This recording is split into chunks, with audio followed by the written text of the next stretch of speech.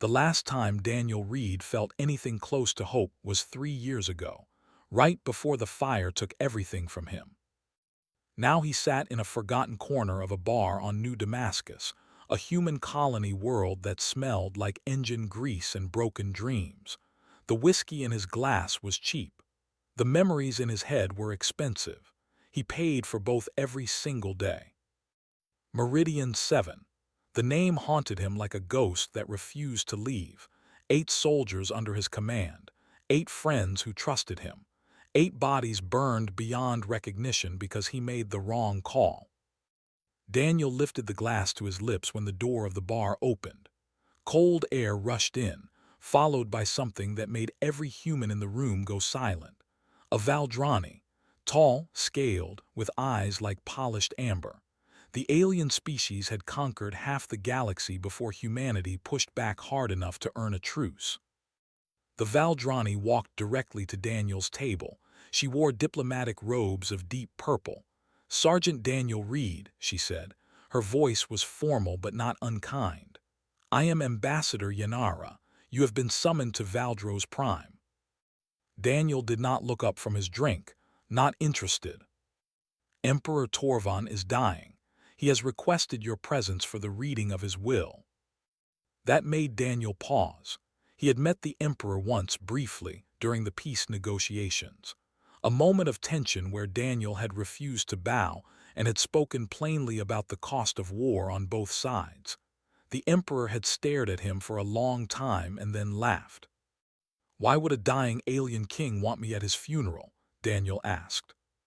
"I do not know," Yanara admitted. "But the summons is official. Refusal would be considered an insult to the Empire." Daniel finished his whiskey. He had nothing left to lose anyway. The journey to Valdros Prime took 4 days. The Imperial Palace was a mountain of black stone and golden spires, built to make visitors feel small. Daniel felt nothing at all. The throne room was packed with Valdrani nobles, military commanders, and princes who looked at Daniel like he was dirt on their polished floors. Emperor Torvan sat on his throne, ancient and withered, barely clinging to life. His scales had faded to gray. His eyes still burned with intelligence. "The human has arrived," Torvan announced. His voice was weak but carried across the silent room. "Good, now I can die in peace." A Valdrani priest stepped forward and began reading the will. Lands went to generals. Wealth went to temples. Ships went to admirals. The nobles nodded with satisfaction at each announcement. Then the priest hesitated. He looked at the scroll, then at the Emperor, then at Daniel. "Speak," Torvan commanded. The priest swallowed hard.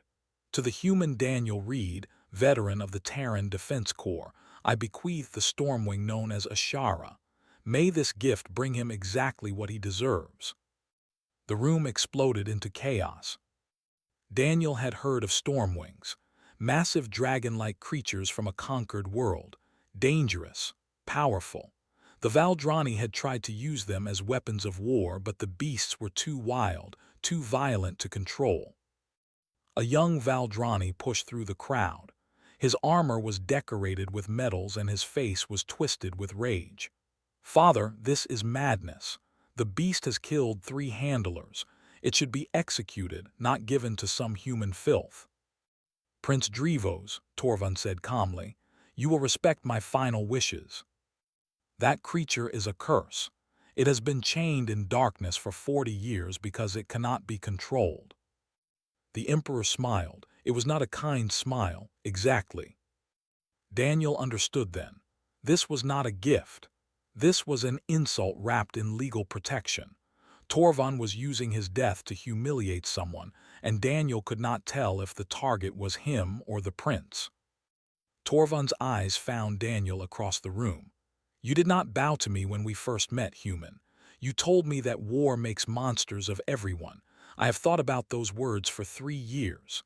He coughed, and blood stained his lips. "Now I give you a monster of your own. Do with it what you will." The Emperor closed his eyes and did not open them again. The room fell into stunned silence, then erupted into shouting. Prince Drevos screamed orders at guards. Nobles argued about the legality of the inheritance. Ambassador Yanara appeared at Daniel's side. "You must claim your inheritance immediately," she whispered, "before Drevos finds a way to have it destroyed." "I don't want a dragon," Daniel said. "What you want does not matter. What matters is that the prince wants it dead, and now you are the only one who can stop him." She pressed a data chip into his hand. "The location of the beast. Go now before it is too late." Daniel looked at the chaos around him. He looked at the dead emperor on his throne. He looked at the prince whose eyes promised violence. He had come here expecting nothing. He was leaving with a monster. Somehow that felt exactly right. The stairs went down forever. Daniel descended into the darkness beneath the imperial palace, following the directions on the data chip Yanara had given him. The walls changed from polished stone to rough rock. The air grew cold and heavy. The guards who escorted him stopped at the final landing.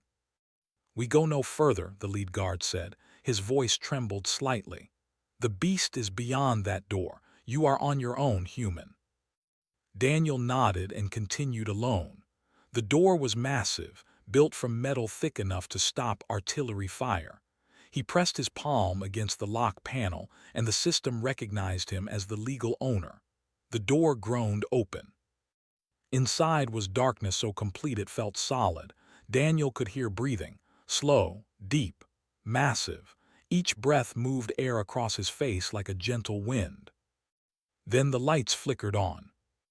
Daniel had seen many things in his years as a soldier. He had fought in battles that seemed impossible. He had watched friends die and enemies burn.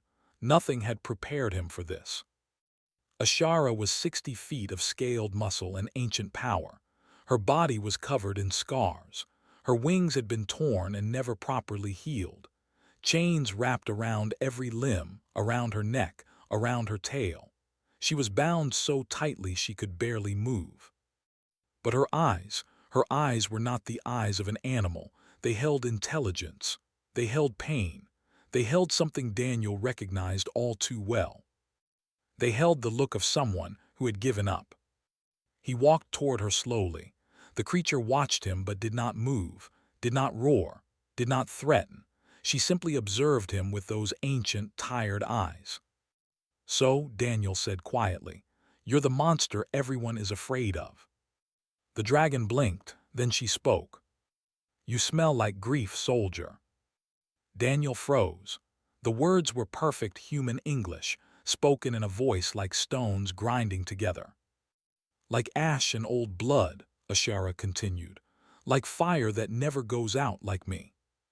For a long moment, Daniel could not respond.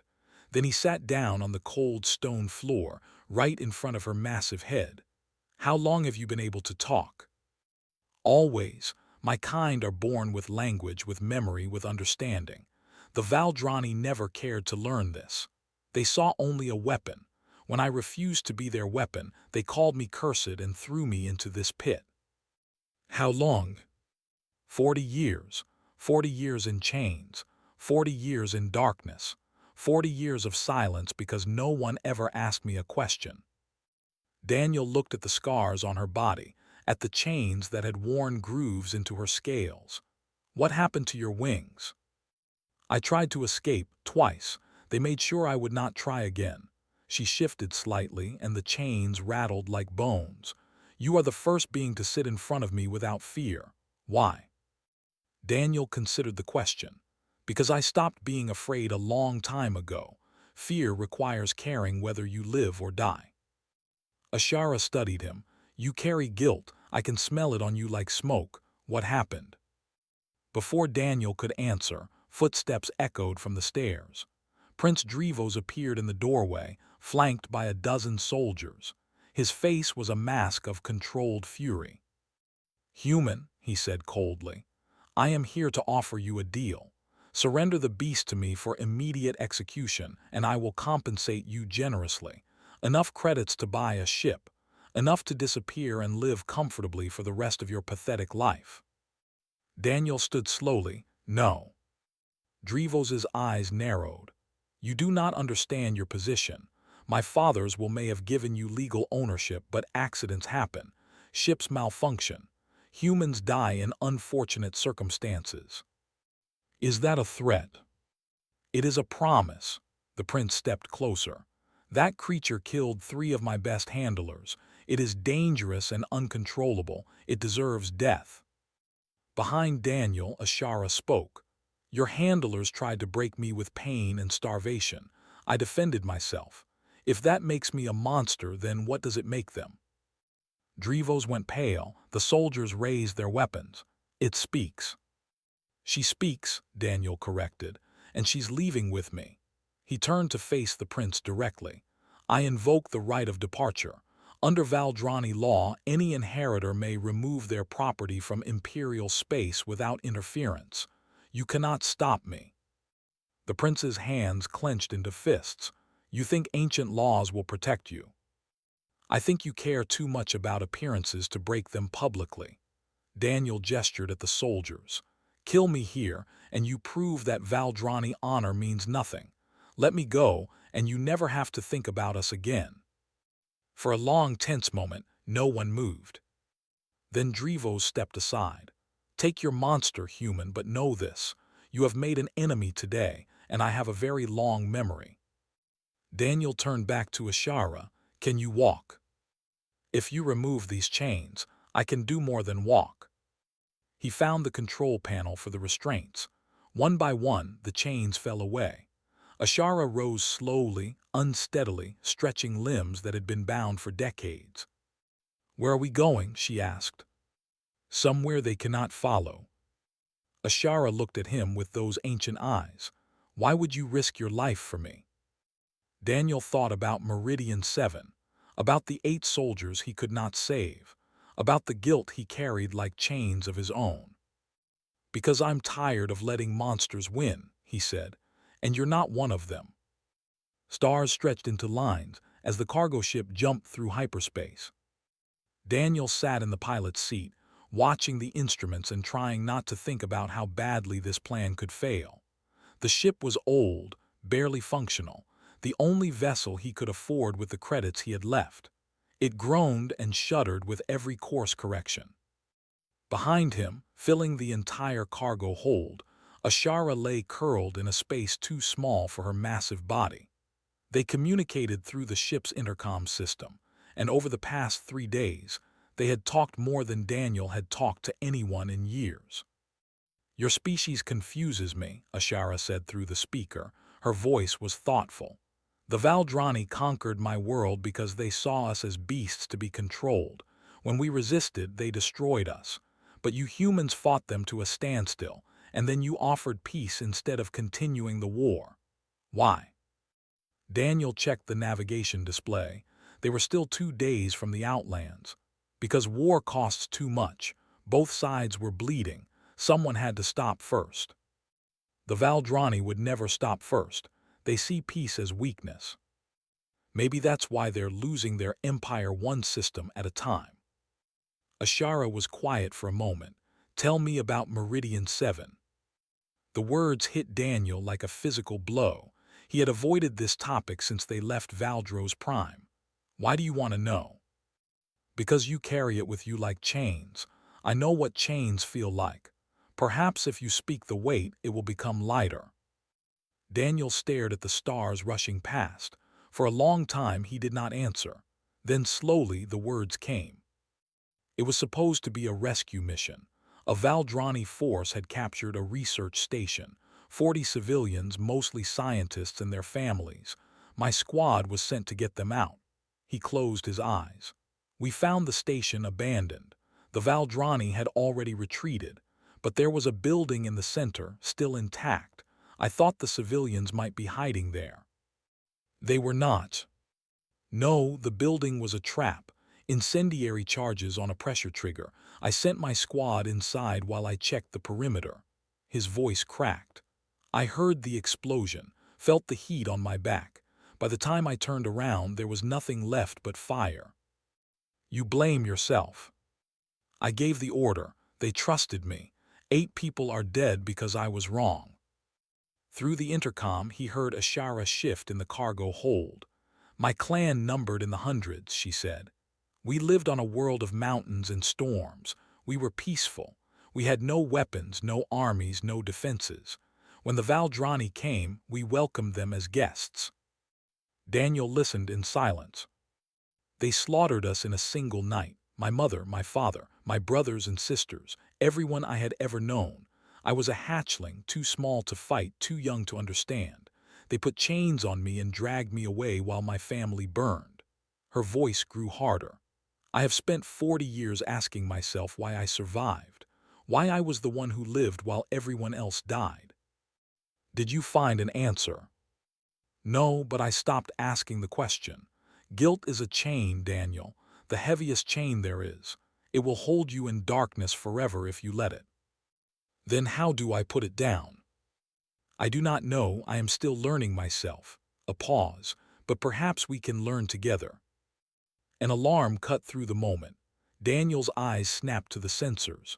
3 contacts approaching fast from behind. Valdrani military signatures. "We have company," he said grimly.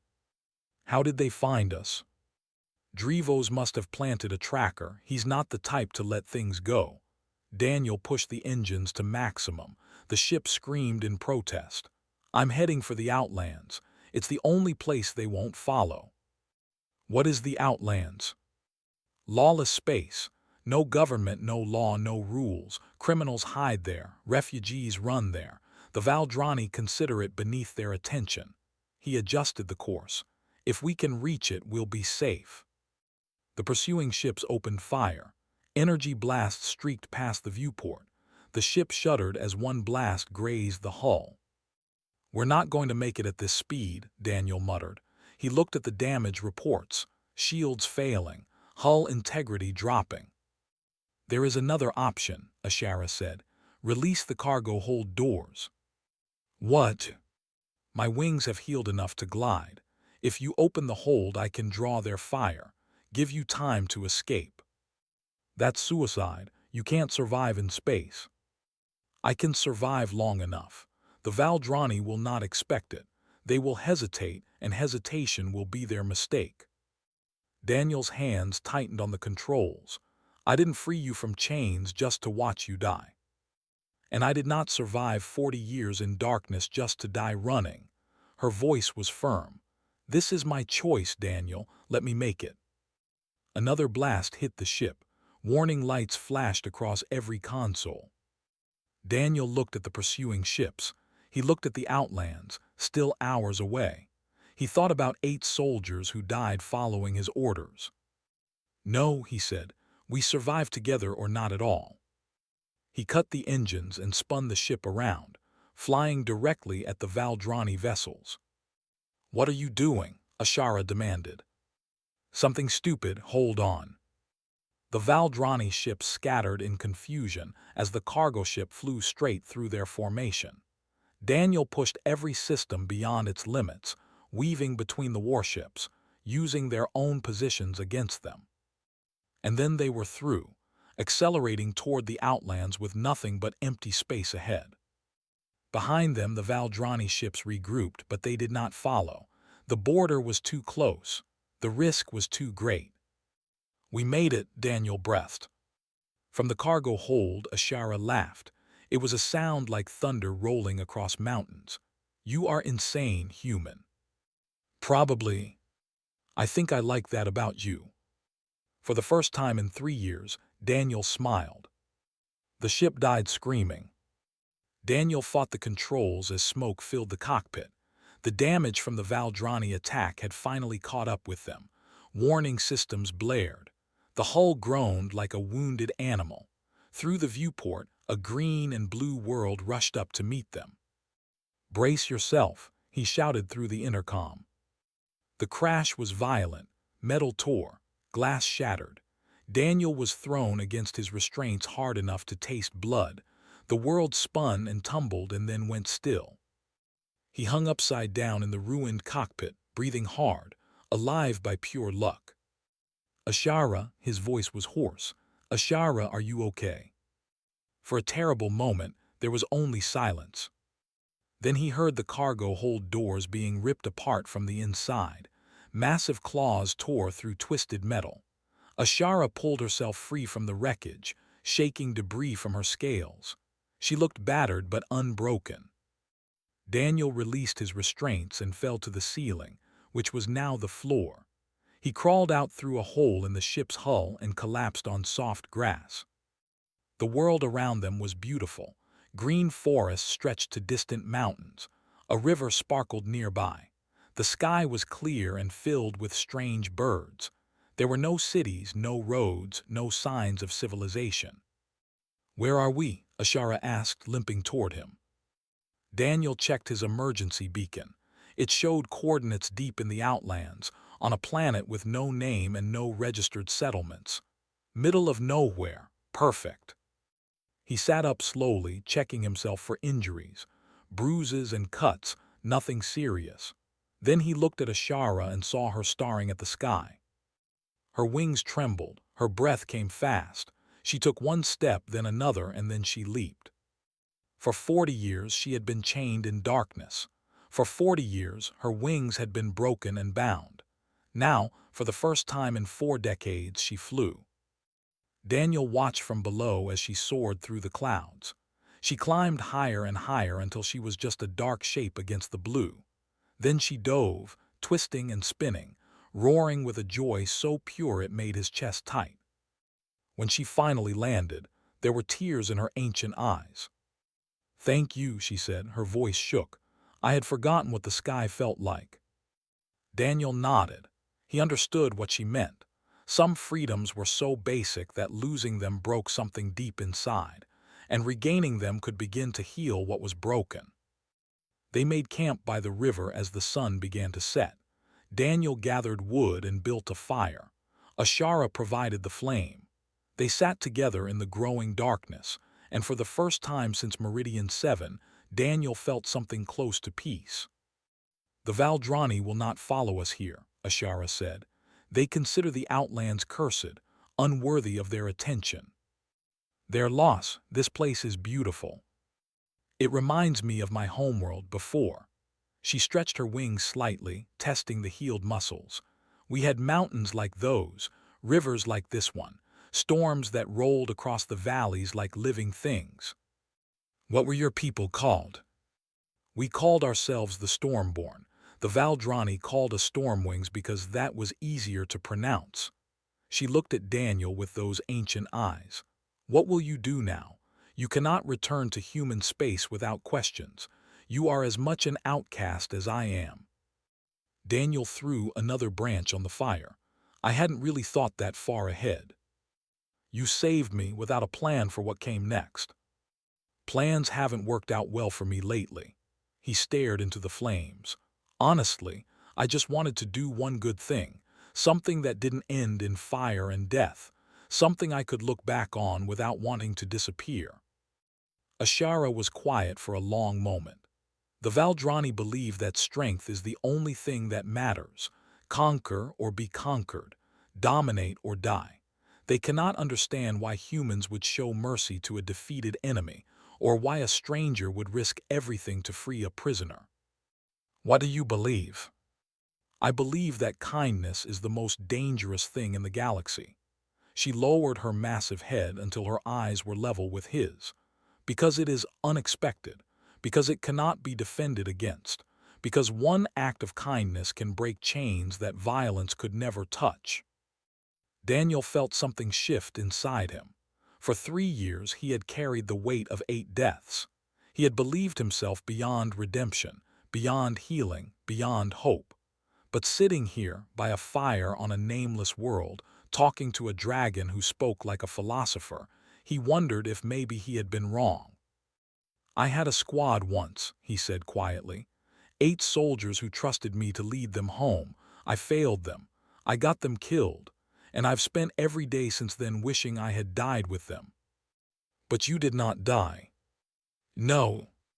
Ashara nodded slowly. "Neither did I for a long time. I hated myself for surviving. I thought I should have fought harder, died with honor, joined my clan in whatever comes after. But now I wonder if survival itself is a kind of purpose. What kind of purpose? To remember, to witness, to make sure that those who died are not forgotten. She lifted her head toward the stars. You carry your squad with you, Daniel, in your guilt, yes, but also in your actions. You chose to save me because you could not save them. That is not weakness. That is their legacy living on through you. Daniel felt tears on his face and did not wipe them away. For the first time, he let himself grieve without the weight of shame. The fire crackled between them. The stars wheeled overhead. And on a forgotten world at the edge of known space, a broken soldier and a wounded dragon began the long process of learning to heal. We should rest, Ashara said eventually. Tomorrow we can explore this world, see if it might become a home. A home, Daniel repeated. The word felt strange in his mouth. I haven't had one of those in a long time. Neither have I. Ashara curled her massive body around the campsite, her tail forming a protective barrier. But perhaps we can build one together. Daniel leaned against her warm scales and closed his eyes. For the first time in 3 years, he slept without nightmares. 6 weeks of peace ended with fire falling from the sky. Daniel was fishing by the river when he heard the sound, a high-pitched whine that grew louder and louder until it became a roar.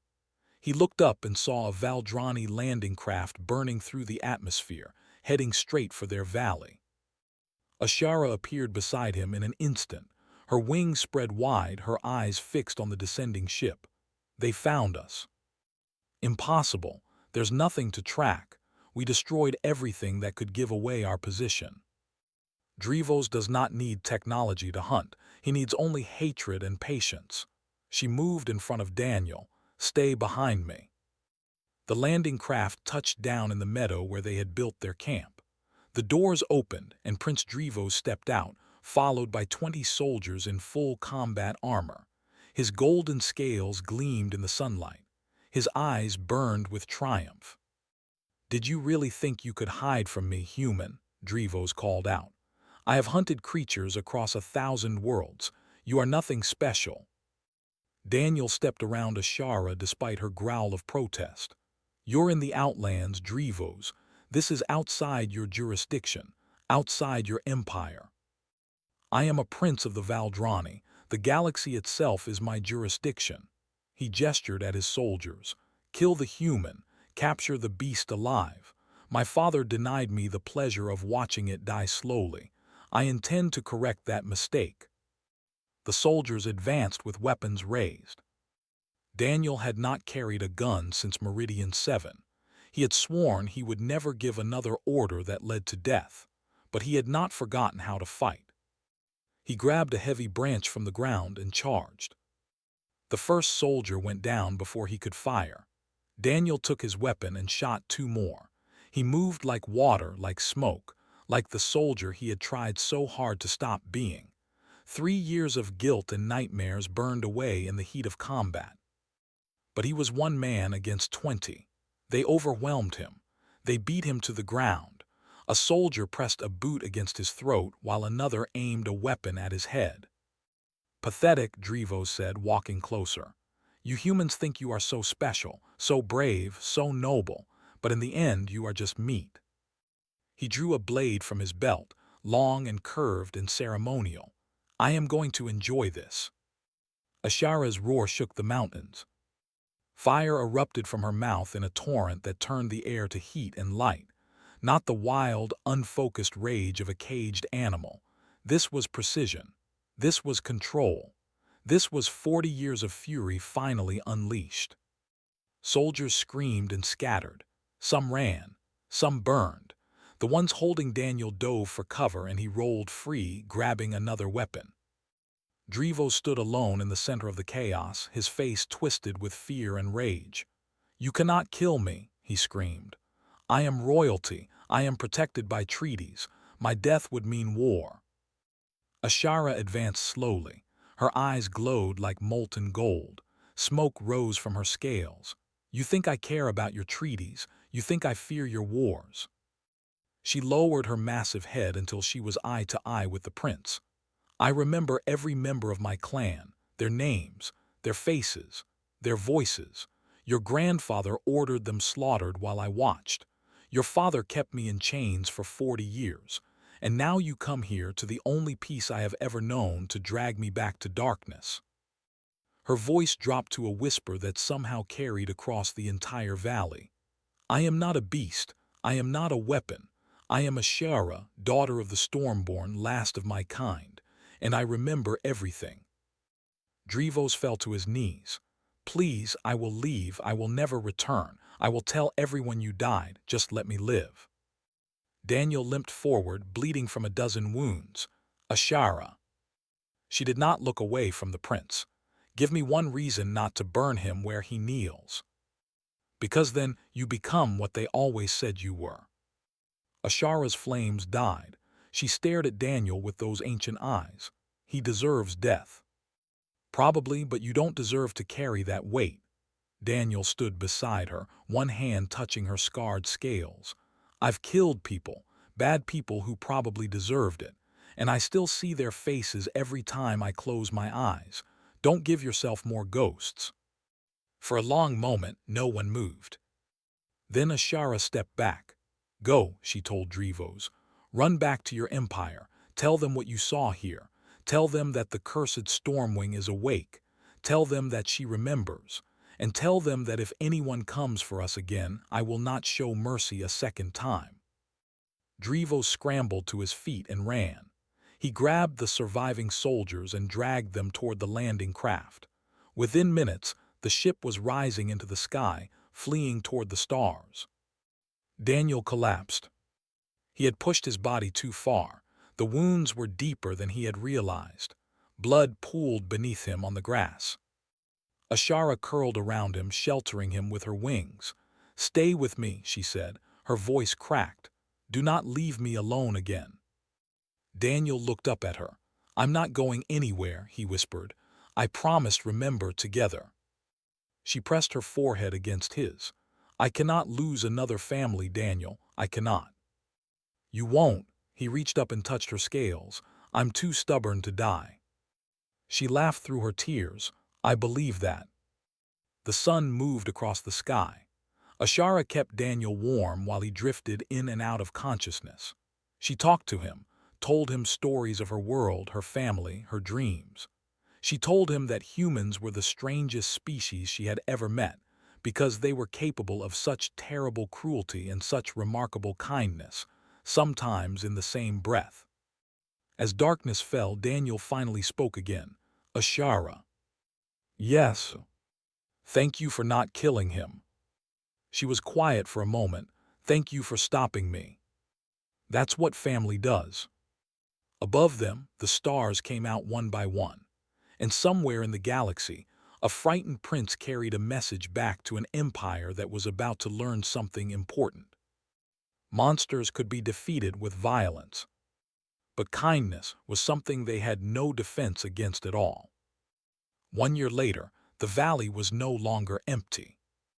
Daniel stood on the ridge overlooking what had become a village. 30 structures of wood and stone dotted the landscape. Smoke rose from cooking fires. Children played by the river. Adults worked in gardens and workshops. The sound of laughter drifted up on the wind. Word had spread through the outlands like fire. A human and a dragon who had defied a Valdrani prince. A place where the lost could find shelter. A home for those who had none. They came slowly at first. A family of refugees fleeing an empire that considered them property. A wounded soldier from a war no one remembered. Scientists expelled for asking forbidden questions. Artists whose work had been declared dangerous. Each one arrived with nothing but stories and scars. Daniel turned them away from nothing. Neither did Ashara. You are thinking too hard again. He smiled as Ashara landed beside him on the ridge. Her wings had fully healed. Her scales gleamed in the sunlight. She looked nothing like the broken creature he had found in that dungeon. Just remembering, he said. This time last year, I was drinking myself to death in a bar. Now I'm watching children play in a village that didn't exist. Humans have a talent for building things from nothing. She settled beside him, her massive body warm against his shoulder. The Valdrani would have looked at this valley and seen only emptiness. You looked at it and saw possibility. We looked at it. Yes, she tilted her head. We did. A small shape flew overhead and landed clumsily nearby. Curran, a young stormborn barely larger than a horse. He had arrived 3 months ago, the only survivor of a Valdrani purge on a distant world. He was too young to remember his family, too traumatized to speak when he first arrived. Now he bounced around Ashara like an excited puppy. Did you see? Did you see? I flew all the way from the river without stopping. Ashara nudged him gently. I saw, you are improving every day. Will I be as big as you someday? Bigger, perhaps, if you eat your meals and practice your flying. Curran's eyes went wide. Bigger than you, really? Really? Now go help with the evening preparations. We have guests arriving today. The young dragon bounded away toward the village. Ashara watched him go with an expression Daniel had never seen on her face before. Pride, hope, love. He looks up to you, Daniel said. He needs something to look up to, something to show him that our kind can survive, can thrive, can matter. She turned to Daniel. You taught me that survival itself can be a purpose. A ship appeared on the horizon, descending toward the valley. Daniel recognized the markings. Ambassador Yanara, making her monthly visit. They walked down to meet her together. Yanara had changed in the past year. Her diplomatic robes were wrinkled and travel-worn. Her eyes held a fire that had not been there before. The rebellion spreading across the Valdrani Empire had given her new purpose. The news is good, she said as she stepped from her ship. 3 more systems declared independence this month. Prince Drevos has been stripped of his military command after his failure here became public. The Emperor's council is in chaos. We didn't start a revolution, Daniel said. We just wanted to be left alone. Sometimes that is all it takes. One act of defiance, one refusal to submit. Yanara looked at the village behind them.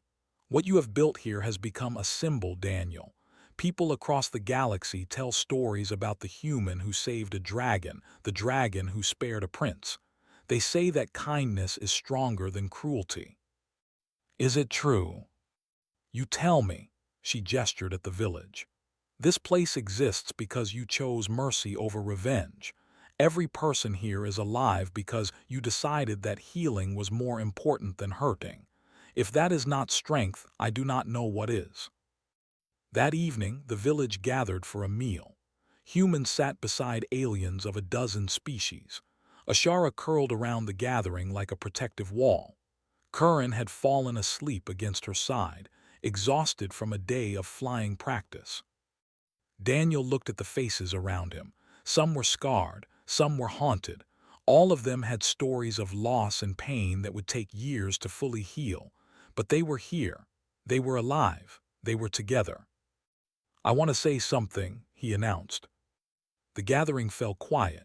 Even Ashara opened one eye to listen. A year ago, I was a dead man walking. I had given up on everything, including myself. I thought my story was over. He paused.